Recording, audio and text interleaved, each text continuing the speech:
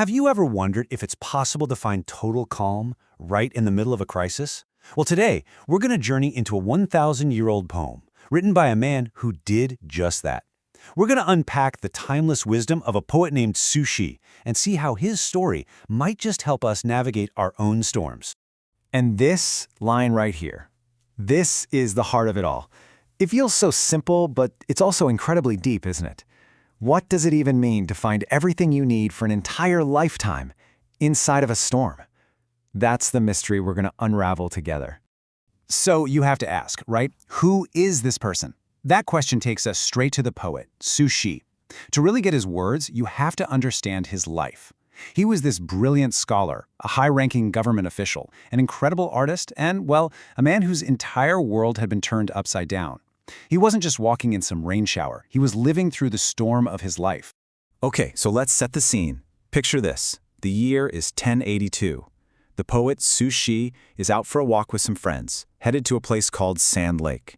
And all of a sudden, the sky just opens up, a total downpour. It's this very real, almost mundane moment that ends up sparking one of the most profound poems in all of Chinese literature. And what's so cool is that Su Shi gives us the backstory himself in this little preface. He immediately draws a line in the sand. His friends, they're freaking out, distressed by the rain. But him? I alone was not. So right from the jump, he's telling us this poem isn't really about the weather. It's about your mindset. And here's why his mindset is so unbelievable. A little rain shower was absolutely nothing compared to the storm he was already living through. See, Su Shi, once this celebrated official, had been framed by his political rivals. They accused him of treason for his poetry. He was thrown in prison, nearly executed, and then banished to this remote, forgotten town.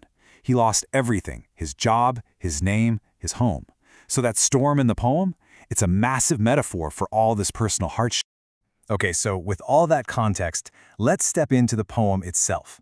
I want you to just listen to the sound of this first line. Listen for those sharp, percussive sounds that actually sound like rain hitting leaves. It goes, "莫听穿林打叶声." And in English, a poetic way to say it is, "Don't listen to the sound of rain beating through the forest." He's not pretending the storm isn't there. Of course it is. He's just making a very specific choice about his relationship to it.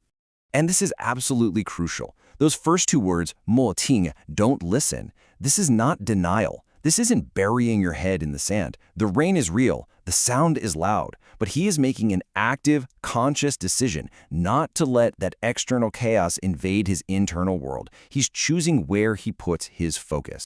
And then he just doubles down on this idea. The second line, in Chinese, is 何方吟啸谁修行, which translates to something like, why not stroll and sing at a leisurely pace? I mean, come on.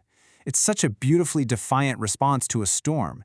Instead of running for cover, he slows down, he sings.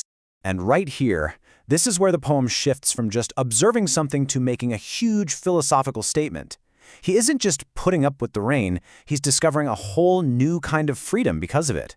This next part is all about that defiant choice.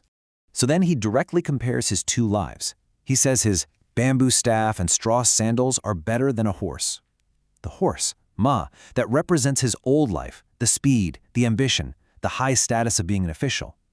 But the simple staff and sandals, that's his new life in exile, stripped down, simple, unburdened, and in a way, much, much more free. He's rejecting the very symbols of the life that was stolen from him. And then, bam, he hits us with this incredibly powerful short line. Just two words, "Shay Pa." Who's afraid? It's a rhetorical question, right? It's almost like a taunt at the storm, at his enemies, at fate itself. He's basically saying, after everything I've been through, you think a little rain is going to scare me? And that brings us right back to the line that started it all. 一所哑女任平生. A straw cloak in misty rain is enough for a lifetime. That straw cloak, it's not just a rain jacket. It's a symbol for an inner resilience, a state of mind that can shield you from any of life's storms, whether they're political, personal, or just actual weather. If you have that inner strength, you have everything you need. So after this incredible declaration of inner strength, the whole mood of the poem shifts. The physical storm starts to let up, but for Su Shi, a much deeper realization is just starting to hit him. The scene changes completely. He writes, 辽峭春风吹酒醒, 微冷, or the chilly spring wind sobers me up, slightly cold. We're suddenly brought right back to his physical body. That huge philosophical insight passes, and now he just feels a little bit of a chill on his skin. It's a very grounding moment.